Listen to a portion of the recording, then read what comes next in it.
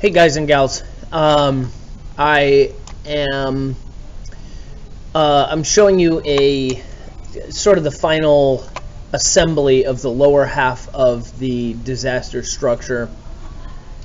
The idea here is that you'll have all these walls to be able to print out and cut cut by hand and everything. So I want to show you one thing that I made a mistake with, and I want you to see that I made this floor exactly 10 wide by 12 long, and if you notice, it came up short, and I want to show you why it came up short.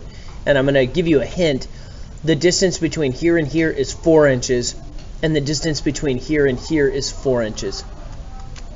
So what I did was I made this 12 by 8, and I made this 10 by 8, and that's what we did in the little videos and everything.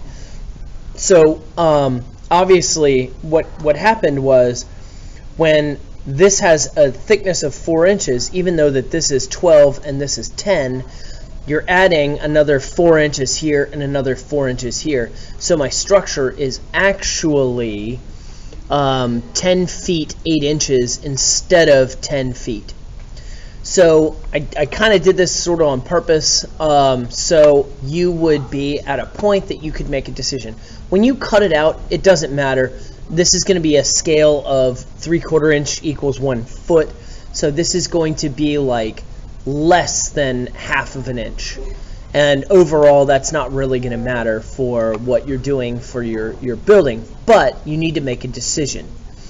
Either you go back to your side view and you cut it down 8 inches, or your floor, which would be easier but not accurate, is to change the flooring. And for me, all I have to do is go back and change this to 10 feet 8 inches. And then when I update it, it should, I think that's right, it might be excuse me, more than that. It might be a couple more inches. I might have made a mistake there, but yeah, so I need a couple more inches here. But that one is easy to change, and as far as your model being off by an inch, half of an inch, doesn't really matter. If you want to do this the right way, what you would do is you would go back to this, and you would change the side view. And this one's going to be a lot harder, just because then once you change this, and I think it was actually, I think it was 10 inches. So let's make this 12, 112 instead of 122. And it may create a couple errors when you come back to here.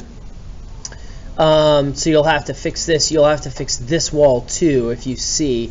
But since I changed it, it was actually, I think it was 10 inches. I don't know why it was 10 inches and not 4 or 8. But anyway, now it lines up perfectly with the edge here, and then I can add this back in here. But if it doesn't, and you have to fix it other ways, like I've got this double stud over here that I've got to go back and fix, and there's a couple other things that I'll have to fix with this. So anyway, you can see sort of how to get to that point.